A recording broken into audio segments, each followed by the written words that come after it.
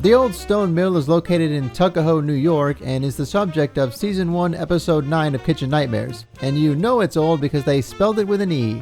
Actually, the restaurant is only 4 years old, but apparently the building itself used to be an actual mill until it was bought by the current owner Dean and turned into a restaurant. Dean explains that he's invested a lot into renovating the place. Not only did he fund the whole thing himself, but he also did all the renovation work to turn it into a restaurant, except for the electrical work. What the fuck? And he's also very confident in himself, or arrogant depending on how you look at it. He says in a cutaway, "I don't believe there's a better operator or restaurateur than me, but no one's coming in. There's gotta be at least a couple." And there's also a clip of Dean absolutely flipping his shit and screaming at his kitchen staff. The head chef Mike says, "My boss Dean, he's a pain in the ass. He has come in and screamed at me. It's horrible. It's absolutely horrible." Although admittedly, it's very clear that the audio clip was cut and spliced together at certain points, hopefully just to make it more concise and not to misrepresent the truth. Also, is this a pizza place? They have a big ass pizza peel back there and like 10,000 gallons of tomato sauce. I thought it was like a sit-down restaurant or something. There's also some clips of the staff complaining that the food is bad, but in a cutaway, Dean says, "I eat my food and my family eats my food and I think it's good." It's also revealed that there's an assisted living facility really close by, and it seems like old people make up the majority of the restaurant's customer base, which probably isn't great. Old people are not known for being liberal with their money, but even still they aren't getting enough customers in the door. So let's find out if Gordon can fix this restaurant's problems and keep them in business. Gordon shows up to the restaurant and immediately comments on how nice the building is, and he's absolutely right. It's a really nice building inside and out. After a cordial introduction between Gordon and Dean, Gordon sits down to order some food. He gets a crab cake and a shrimp cocktail. He doesn't like either of them and complains that the crab cakes have a sour mayonnaise taste. Next they bring him this, and he says, "What is that?" Yeah, what is that? Apparently it's supposed to be a salad, and Gordon makes fun of the fact that they used a damn funnel to shape it and asked if the chef was a mechanic.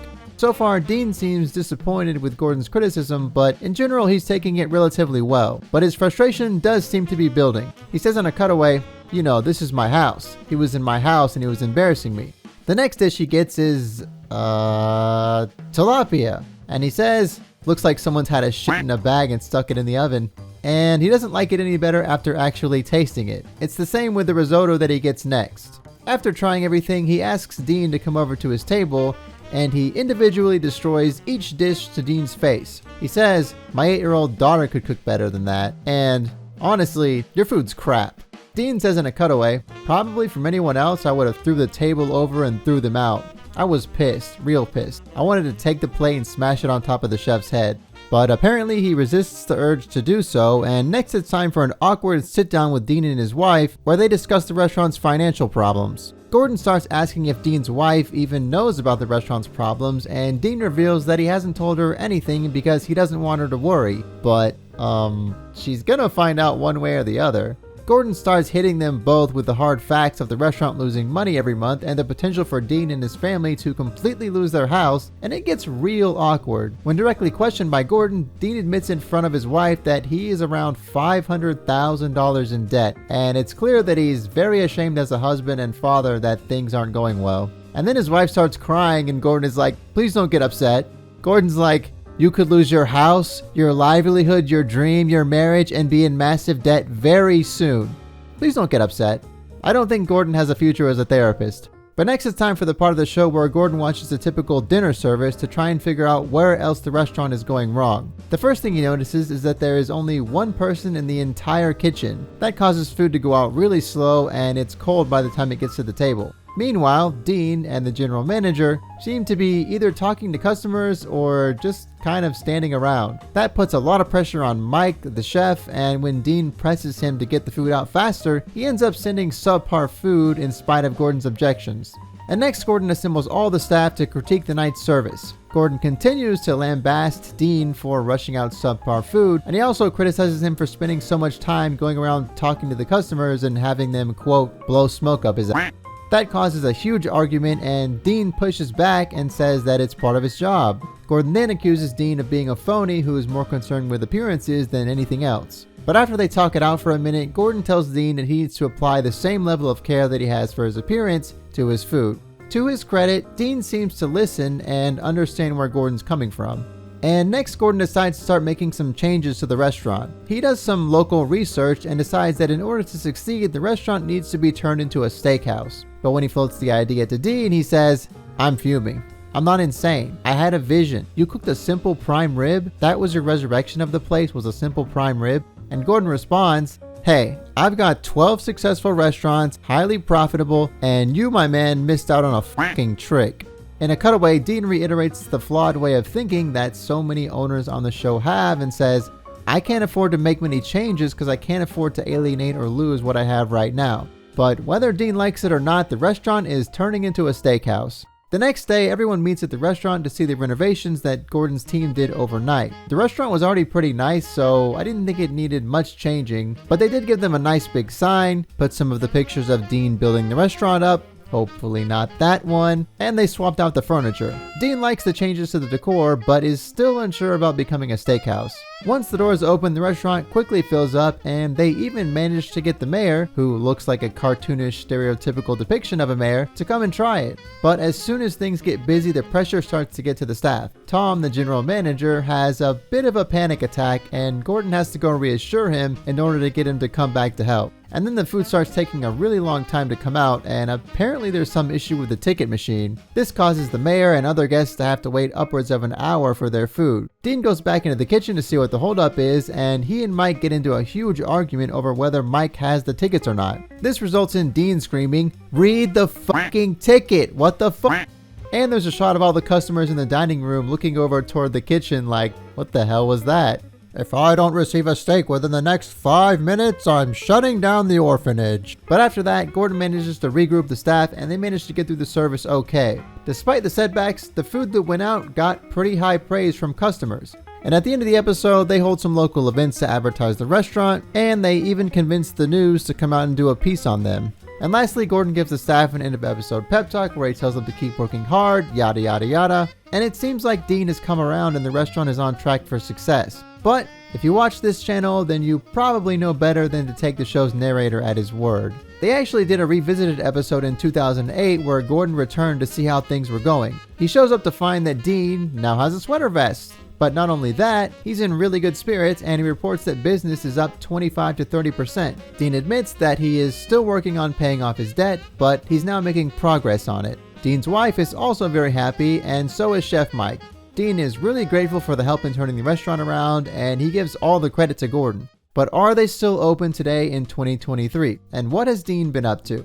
Let's start with what I think is the less interesting part of the story, the restaurant. According to this Gazette Review article, the restaurant did stay in business for 2 years after being on the show, but in 2009, Dean sold it to new owners.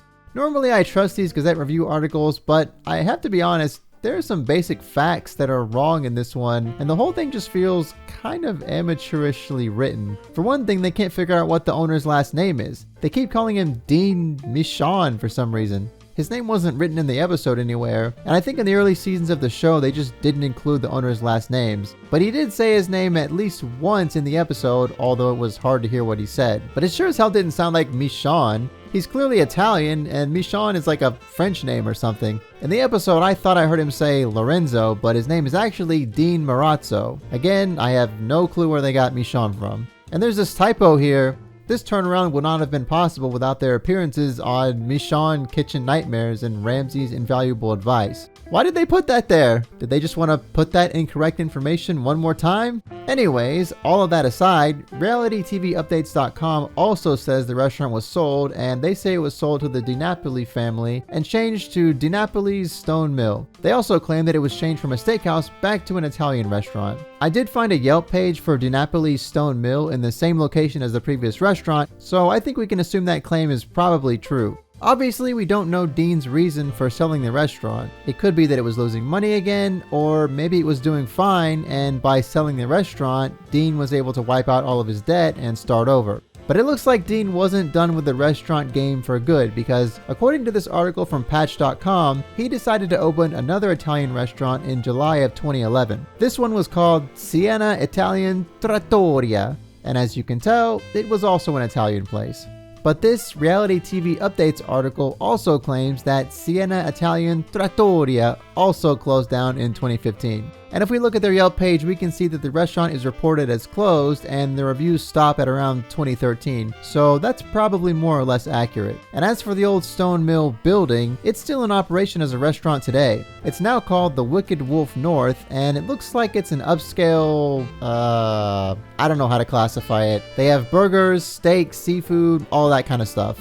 But what about Dean? What has he been up to since going on the show and opening a subsequent restaurant? Well, a bunch of stuff actually. It turns out that Dean is actually an actor, since at least 2001 according to his IMDb. He's credited with roles in 7 different movies. I watched a clip of him from one of his movies, and to me he seems like a pretty decent actor. Unfortunately, I can't show you any clips of those movies because of copyright and all. I also found several articles claiming that Dean went on the Ellen DeGeneres show and Jay Leno in order to promote his restaurant, but I couldn't find any evidence of that. I couldn't find a single clip of it anywhere. I even looked at a list of every guest on the Ellen DeGeneres show, and he was not listed on there. Maybe it was just a really short appearance that no one bothered to record, but I don't know. If someone watching this has it recorded on their DVR or something, then please let me know in the comments. But something else I found out about Dean is that he was apparently the host of a hunting show called Suburban Adventures with Joe and Dean. This was a huge surprise to me.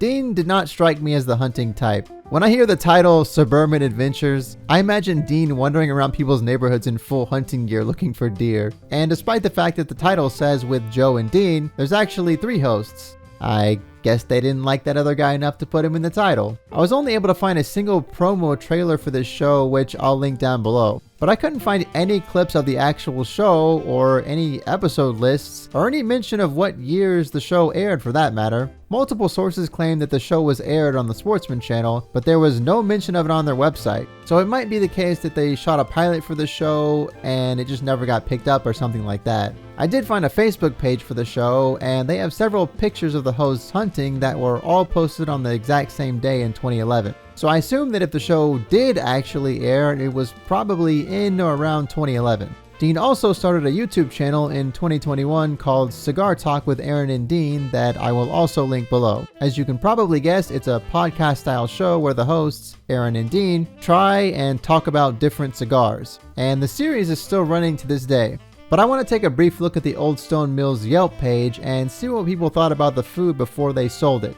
There wasn't any Yelp page specifically for the Olde Stone Mill, but there was one for DiNapoli's, so I think what they did is they took the Olde Stone Mill Yelp page and they just changed the name to DiNapoli's. You can see that the reviews go back to 2007, which is when it still would have been the Olde Stone Mill. Unfortunately, there's only one review from the time when Dean still owned it. They gave it 4 out of 5 stars and said it was worth the trip. But the reviews from after it became DiNapoli's aren't great.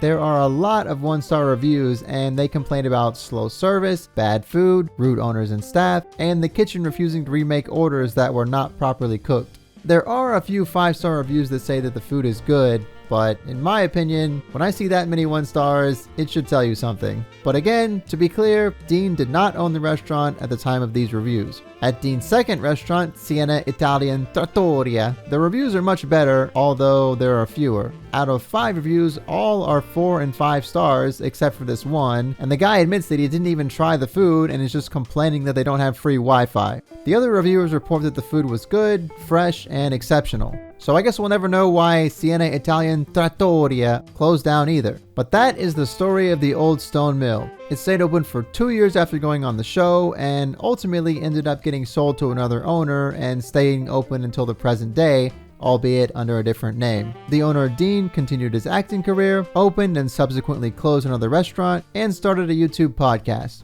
Thank you so much for watching all the way to the end of the video. If you enjoyed it, then please consider liking and subscribing, and hopefully I will see you in the next one.